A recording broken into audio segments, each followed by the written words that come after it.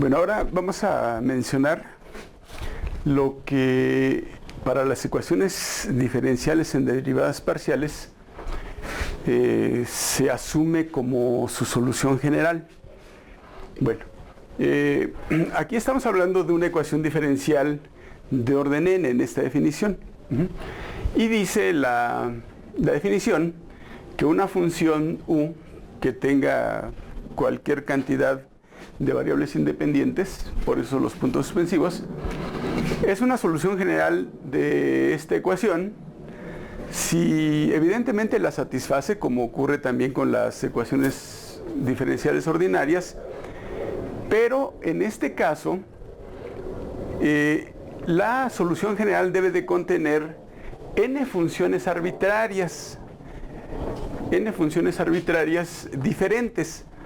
Esto difiere notablemente de lo que ocurre con la definición de solución general de las ecuaciones diferenciales ordinarias, porque en las ecuaciones diferenciales ordinarias, para tener soluciones generales, se deben de tener n constantes arbitrarias.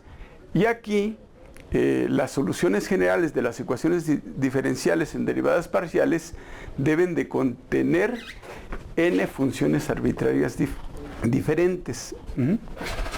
Es una gran diferencia, lo que hace que las ecuaciones diferenciales en derivadas parciales pues tengan una infinidad de soluciones. Bueno, vamos a hacer un ejemplo, o vamos a plantear un ejercicio en donde nosotros, bueno, todavía no sabemos cómo se resuelven ecuaciones diferenciales en derivadas parciales, pero vamos a mostrar lo que es una solución.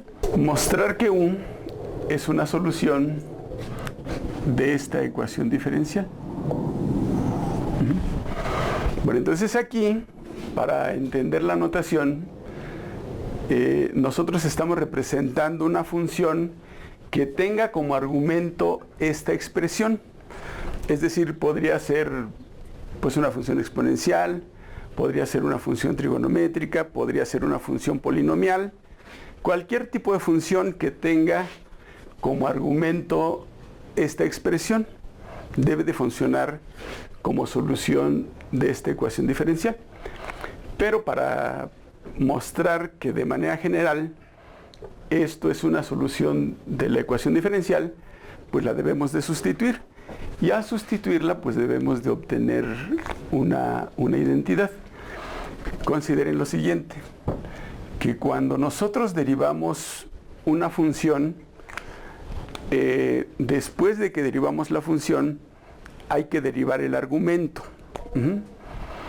De tal manera que cuando yo calculo la derivada parcial de U respecto a X, tengo que escribir que esto es igual a la derivada de la función y multiplicado por la derivada de lo que está dentro, que es el argumento, respecto a X.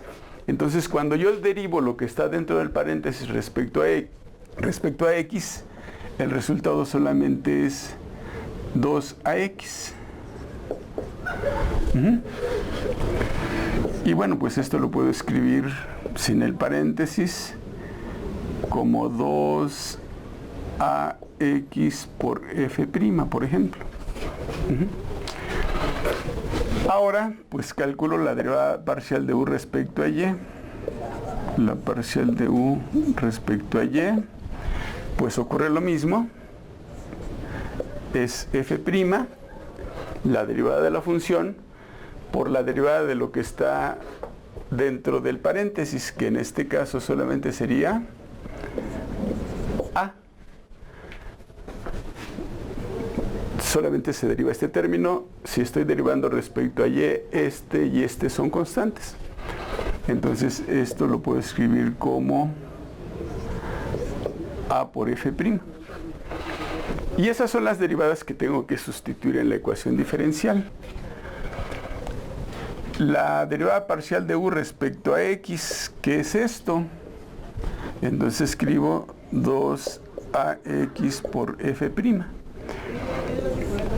menos 2x que multiplica a la derivada parcial de u respecto a y, que es esto. Entonces, por a y por f'. Esto debe de ser igual a 0.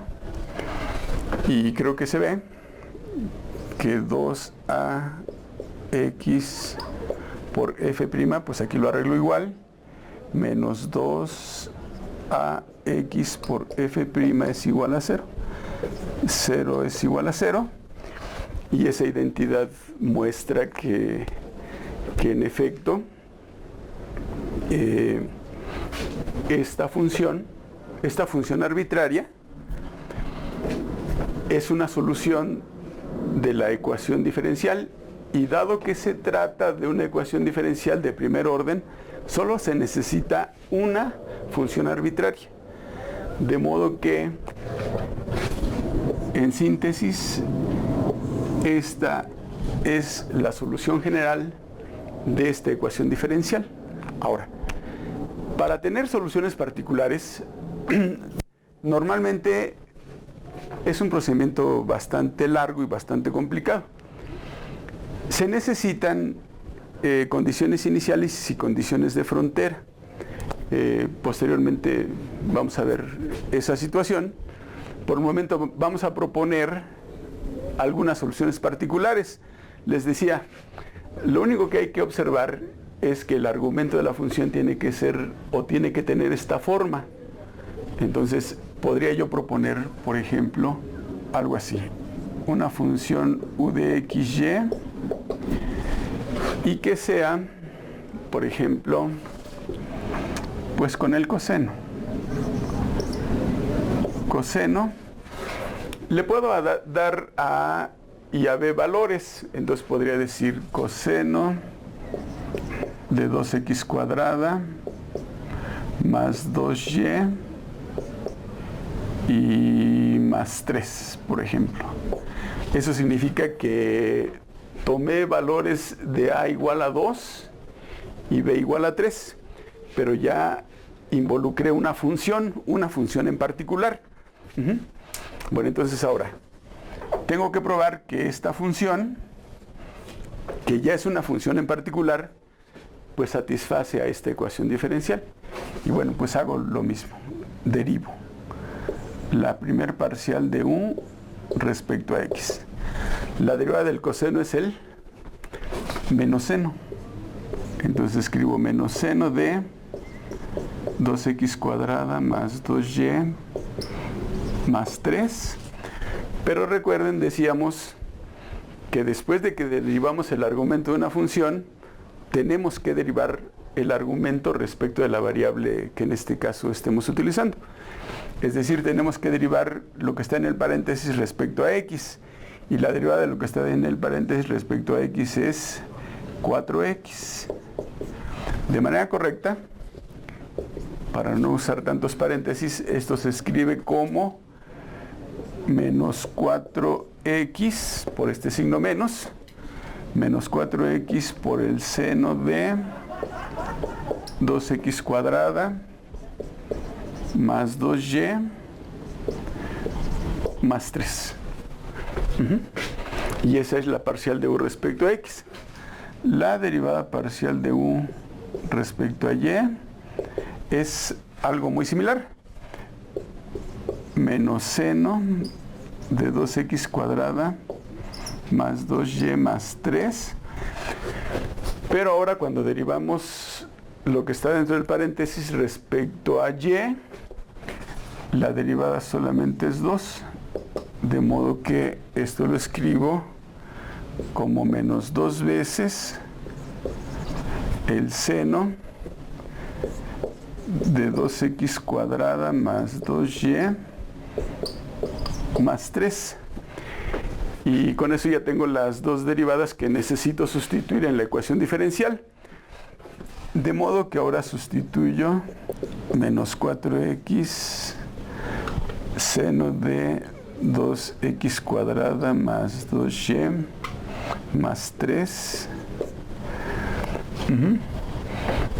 Bueno, ahí cierro. Menos 2x que multiplica a la parcial de u respecto a y, que es esto, menos 2 veces el seno de 2x cuadrada más 2y más 3, y eso debe ser igual a 0. Creo que sin escribir mucho se ve que la ecuación se cumple. Aquí tenemos signo negativo, menos 4x seno de 2x cuadrada más 2y más 3, y aquí menos con menos da más, entonces más 4x seno de 2x cuadrada más 2y más 3. Eso hace que en el lado izquierdo todo se cancele y 0 igual a 0, y eso muestra que en efecto esto, que es una solución particular, lo es porque satisface a la ecuación diferencial.